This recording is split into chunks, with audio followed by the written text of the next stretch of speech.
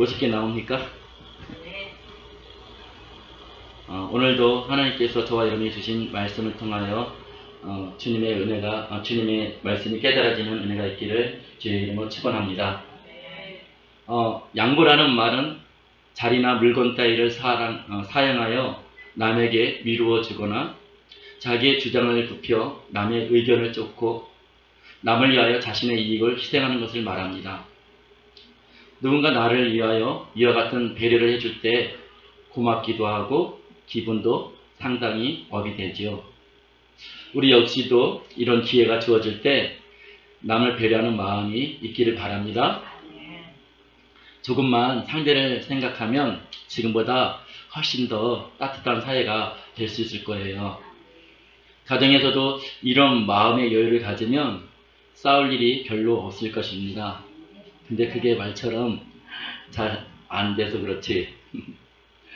돌아보면 그렇게 안 해도 되는 것을 했구나 하며 후회할 일도 참 많습니다.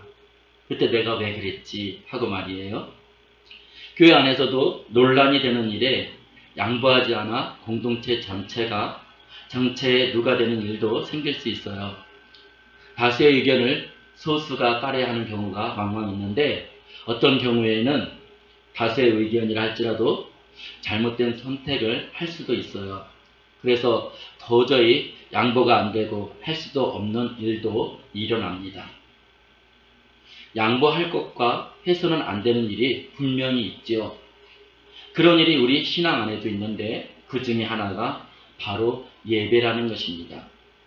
설마 전혀 뜻밖이다라고 생각하진 않죠? 여러분 공감하십니까? 예배가 뭐예요? 예배하면 가장 먼저 머리에 떠오르는 것이 무엇입니까?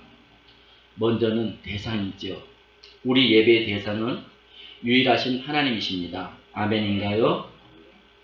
예배는 하나님이 우리에게 제정하신 거예요. 시편 50편 우리가 너무나 잘 아는 말씀이죠.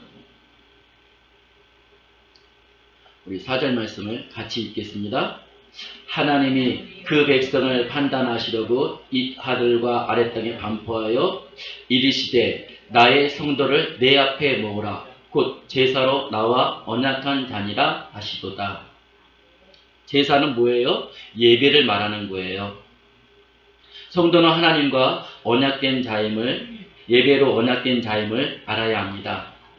따라서 합니다. 나는 하나님과 예배로 언약된 자이다. 제가 영어로 하는 것도 아닌데 또 어떤 거예요? 다시 한번 하겠습니다. 나는 하나님과 예배로 언약된 자이다. 나는 하나님과 언약된 자이다. 예배로를 왜 빼요? 다시 한번 합니다.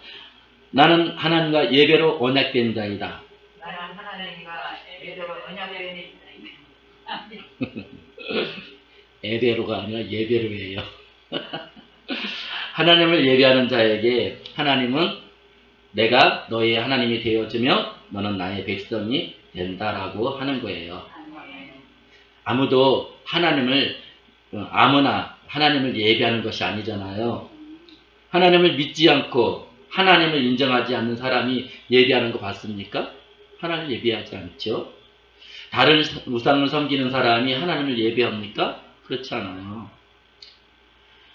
하나님을 여러분 예배하는 자에게 하나님은 너의 하나님이 되어주겠고 너는 나의 백성이 된다라고 언약을 해주셨습니다.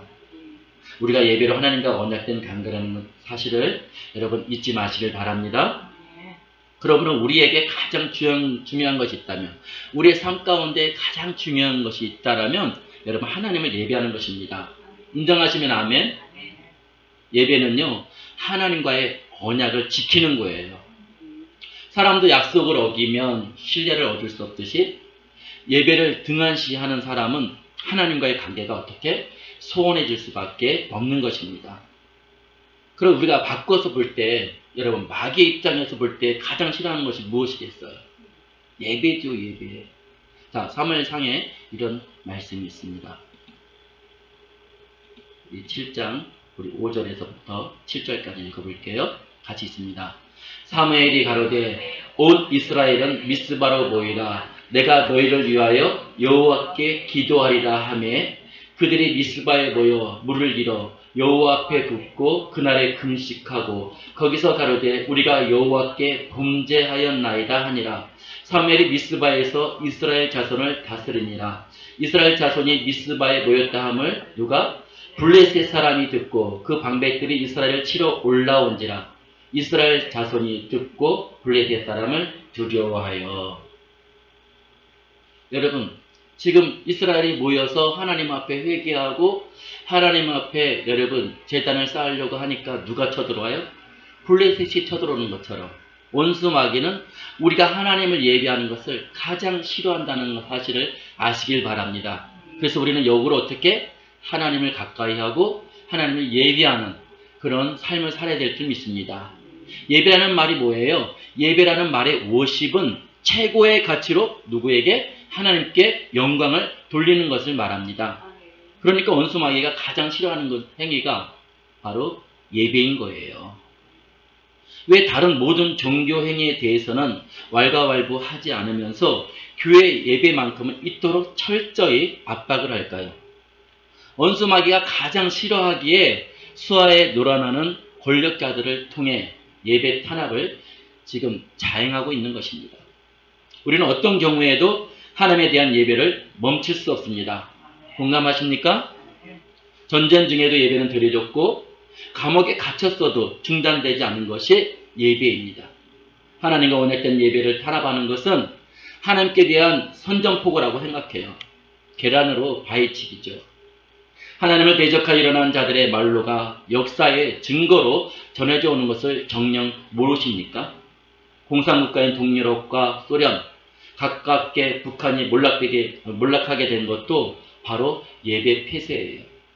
모든 교회의 문을 닫고 심지어 교회를 불사르기까지 하며 목회자나 선교자를 죄다 옥에 가두고 죽이고 추방하고 하나님을 대적한 결과가 뭡니까? 세계에서 가장 인권이 파괴되고 거지 같은 나라가 되는 것이 바로 북한입니다. 키즈를 하면 알곡은 안으로 들어오고 쭉정이나 검불은 바람에 날아갑니다. 성경은 마지막 환란을 통해 이와 같이 신앙의 키즈를 하게 될 것을 예언하고 있어요. 평상시에는 평안할 때에는 내 믿음이 어떠한지 아무도 몰라요. 어려움이 올 때 내 믿음을 끝까지 지킬 것만 같아요. 하지만 시험이 도래하면 믿음의 진가가 드러나게 마련입니다. 코로나 팬데믹 상황에서 한국 교회 모습이 여러분 어떠합니까? 한번 진단해 보세요. 아니, 하나님 앞에서의 내 모습은 어떻습니까?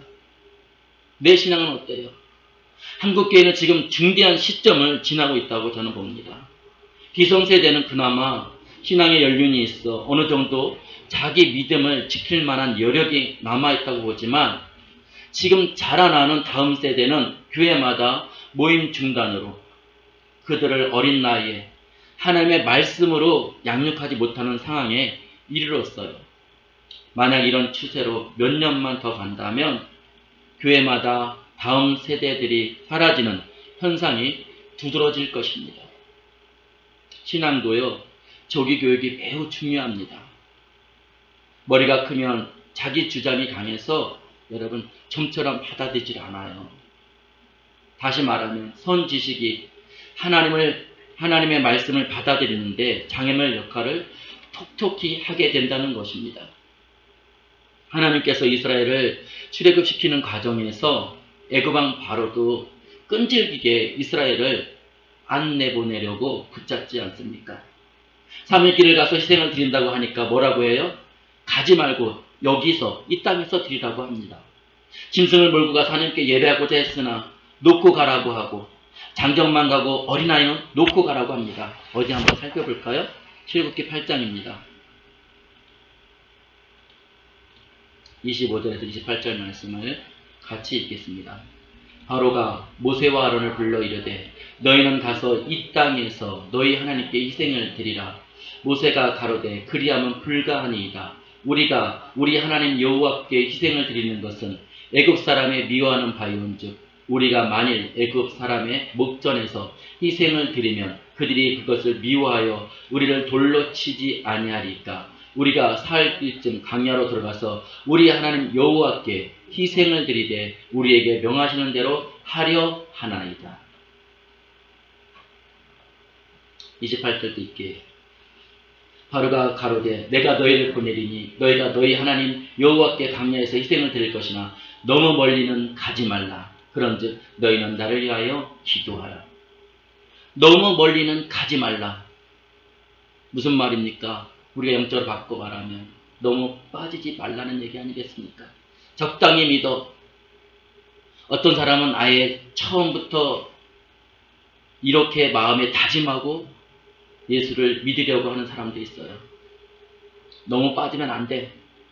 믿는 것도 어느 정도껏 해야지. 적당히 해야지. 하나님 우리 속마음까지 들여다보시는 분이십니다. 이런 마음을 가지고 있으면 더 깊은 은혜의 세계로 나아갈 수 없어요. 더 깊은 은혜를 받을 수 없게 되는 것입니다.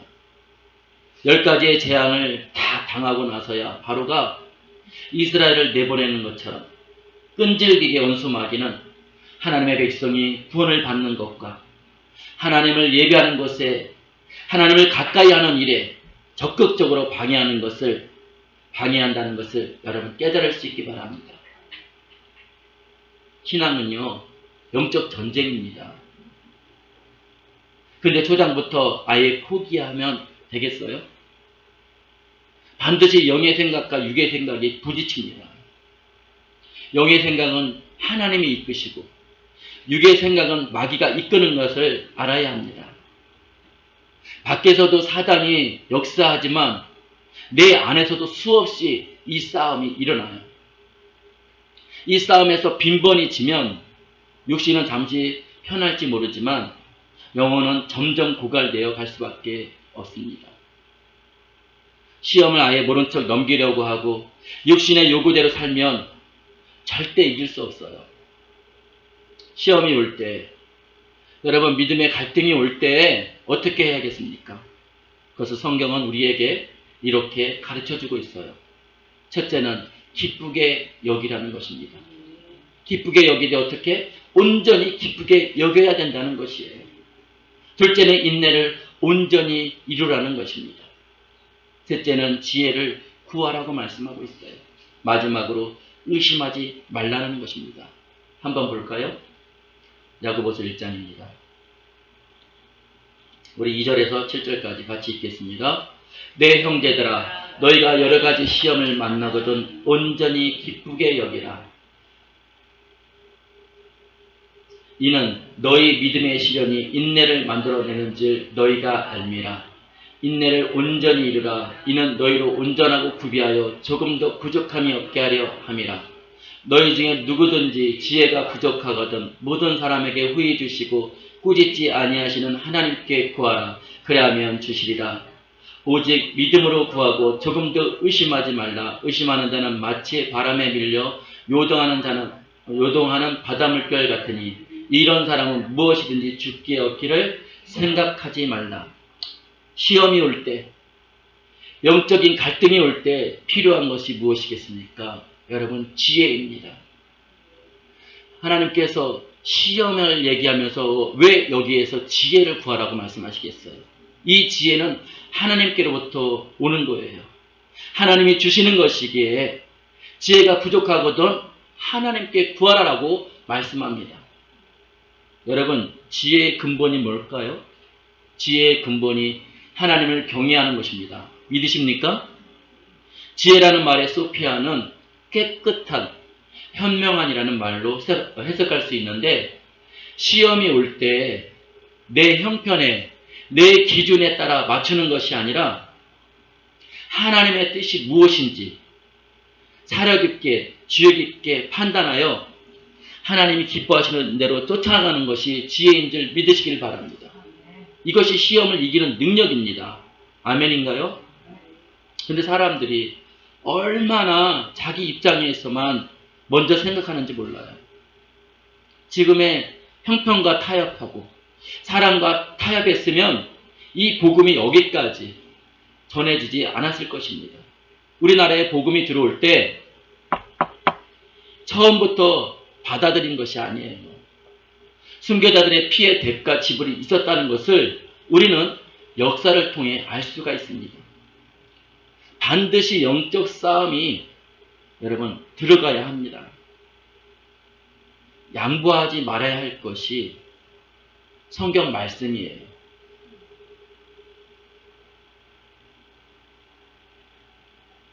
하나님의 뜻인 줄 믿습니다. 하나님의 뜻을 쫓는 것이에요. 아멘인가요? 내 편한 대로 하면 절대 하나님의 뜻을 쫓아갈 수 있다 없다?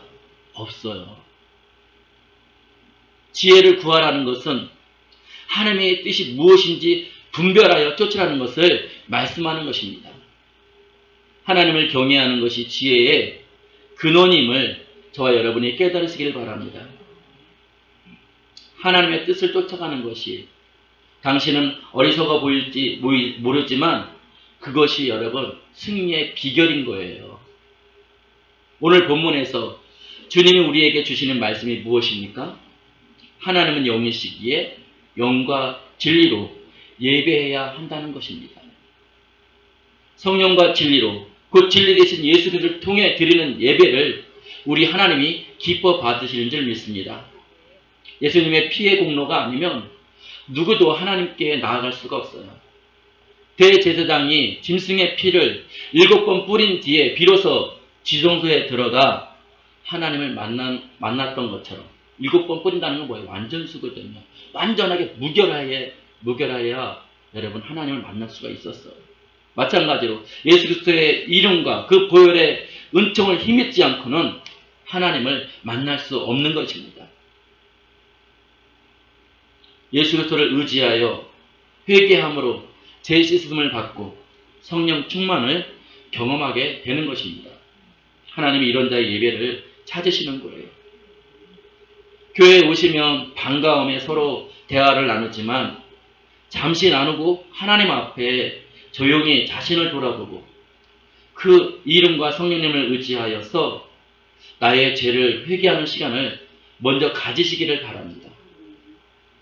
이렇게 하는 것과 하지 않고 드리는 예배는요, 여러분 분명 차이가 있어요. 지난 한 주간에 내가 양보하지 말아야 할 것을 양보하는 것이 무엇인가? 절대 진리는 양보해서는 안 됩니다. 또한 하나님을 예배하는 일도 중단해서도 멈춰서도 안 되는 거예요. 육신은 결박을 당할지 몰라도 절대 내 영은 손댈 수 없어요.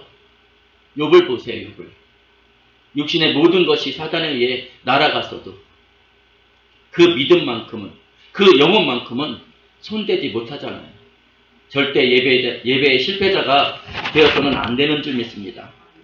지금 같은 시험의 때에 도리어 믿음을 지켜 하나님의 뜻을 쫓아가지 않으면 마지막 더 큰 환난을 어떻게 견디며 이길 수 있겠어요? 무엇이 깨끗한 것이며 무엇이 현명한 일인지 분별하시기를 바랍니다. 하나님 앞에서의 코람데오 신앙을 가져야 하는 이유가 바로 여기에 있는 거예요. 사람 앞에서도 우리의 행동거지가 조심스러워지잖아요. 근데 여러분, 하나님은 항상 나의 모든 것을 보고 계시다는 것을 망각하지 말라는 얘기예요.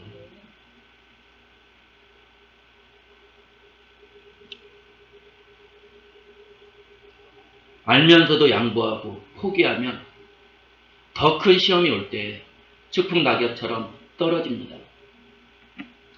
반대로 시험을 이긴 자는요, 영적인 힘이 길러지고 영적인 근력이 생겨서 더 큰 시험이 와도 여러분 이겨내는 것입니다.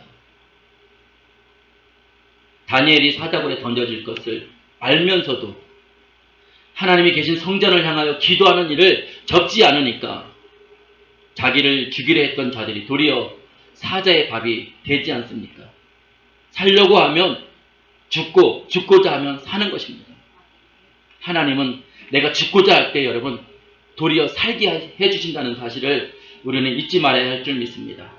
시험이 올 때요, 여러분 입을 댈 수 있으면 열지 마세요. 입을 열면 불평과 원망이 쏟아져 나올 확률이 매우 높아요. 사람과의 대화는 줄이고 하나님께 그 입을 더 많이 여시기 바랍니다. 이것이 여러분 승리의 비결이에요. 하나님의 기뻐하신 뜻이 무엇인지 지혜를 얻어 알았다면 이제는 그것을 실천할 수 있도록 여러분 하나님께 기도해야 하는 것입니다. 기도하지 않고는요, 알아도 시험을 이길 수 없고 나를 부인하지도 못하며 사단도 이기질 못해요. 왜 하나님께서 야고보 기자를 통해 시험에 대한 말씀을 하시면서 지혜를 구하라고 하시겠습니까? 왜 기도하라고 하시겠어요? 하나님의 뜻을 알아도 내 힘으로는, 내 의지로는 그 뜻을 쫓아갈 동력이 약하기 때문이에요. 시험은 누구에게나 옵니다. 중요한 것은 여러분 그 시험을 잘 통과해야 하는 거예요. 아멘입니까? 통과하지 못하면 더 높은 단계로 갈 수가 없어요. 초등학생과 대학생의 시험은 달랍니다. 믿음의 초보와 성숙한 신앙의 여러분 시험은 다를 수밖에 없어요. 시험을 통해 영적인 레벨을 끌어올리시기를 바랍니다.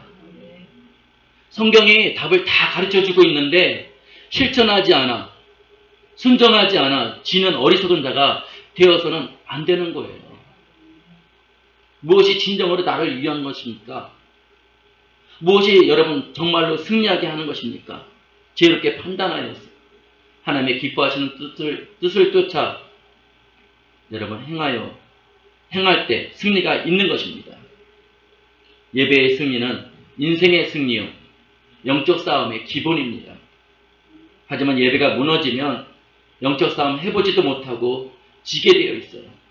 사단이 이것을 알기에 우리의 예배를 망가뜨리려고 하는 것입니다.